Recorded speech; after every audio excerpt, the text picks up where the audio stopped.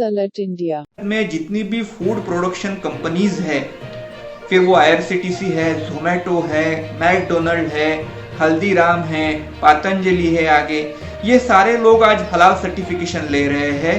तो सारों को अपने यहाँ एम्प्लॉय इस्लाम का बंदा रखने की आवश्यकता है। हिंदुओं को वो रोजगार में नहीं रख सकते हैं और यही इस समस्या का मुख्य कारण है।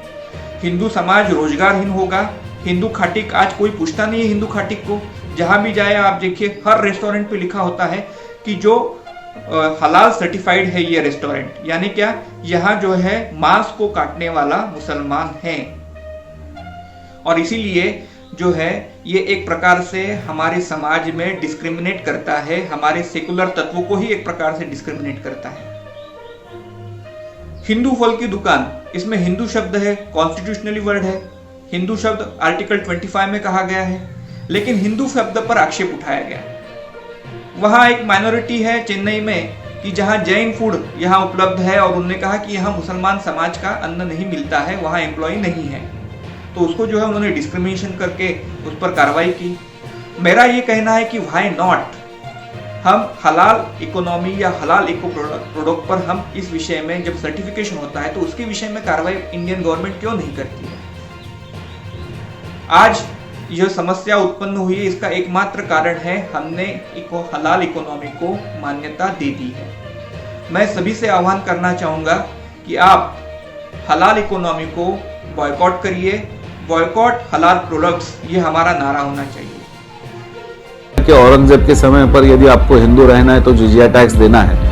वैसे एक नॉन इस्लामिक कंट्री यदि इस्लामिक कंट्री में कुछ भेजना चाहती है तो आपको हलाल सर्टिफिकेट लेना पड़ेगा और उसके लिए 21,500 रुपए देना पड़ेगा। It is kind of a tax. ये तो एक तरीके से ऐसे हो गया कि आज सेक्युलर देश में रह करके हम जिजिया पे कर रहे हैं और ये पैसा बहुत बड़ी मात्रा में आज जमीयत उलेमा हिंद जो है, भारत में जो विभिन्न जगह पर जो टेररिस्ट अटैक हुए हैं, बॉम्ब ब्लास्ट हुए हैं, तो उसमें जो मुस्लिम आतंकवादी पकड़े गए हैं या जो अपराधी उसके अंदर है, तो उनकी केसेस चलाने के लिए जमीयत उलेमा हिंद सहायता कर रही है। ये जो जमीयत उलेमा हिंद का इतिहास जो है कि 1919 में ये ऑर्गेनाइजेशन बनी, करीब करीब 100 साल की आज ये ऑर्गेनाइजेशन है, बहुत ताकतवर ऑर्गेनाइजेशन है भारत में। ये ऑर्गेनाइजेशन का ही एक फैक्शन बना जमीयत उलेमाए इस्लाम और उसने बैरिस्टर जिन्ना को सपोर्ट किया, विभाजन के समय पर सपोर्ट किया और वो फिर पाकिस्तान में चली गई। तब जमीयत उलेमा हिंद का कहना था कि नहीं, हम भारत में रहना चाहते हैं, भारत के हिंदुओं के साथ रहना चाहते हैं। आज वही जमीयत उलेमा हिंद भारत में पाकिस्तान से जो पीड़ित हिंदू आ रहे हैं उनके सपोर्ट में कानून जो बनाया जा रहा है उसके विरोध में काम कर रही है। अभी हाल ही में जमीयत उलेमा हिंद के बंगाल के जो अध्यक्ष है सिद्दीकुल्लाह चौधरी, उन्होंने पब्लिकली ये कहा था कि अमित शाह को हम कलकत्ता एयरपोर्ट के बाहर पैर रखने नहीं देंगे। फिर उसके आगे जाकर के देखेंगे तो जो लखनऊ में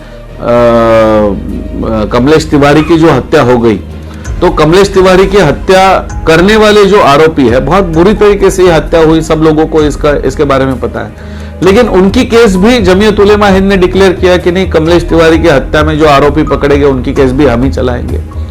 तो ये जो पहले जैसे कहा जाता था कि इस्लामिक बैंक भारत में आने से इसलिए मना किया गया क्योंकि इस्लामिक बैंक का पैसा टेररिज्म में यूज होता है, ऐसे आरोप हुआ है।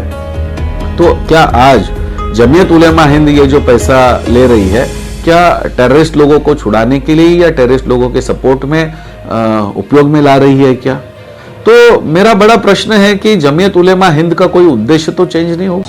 सच को वायरल करने की मुहिम का हिस्सा बने। बड़ी और ताज़ा खबरों के लिए हमारे चैनल को सब्सक्राइब कर बेल आइकन जरूर क्लिक करें। अपने विचार कमेंट बॉक्स में दें। अगर आपको खबर पसंद आती है तो अधिक से अधिक शेयर करें।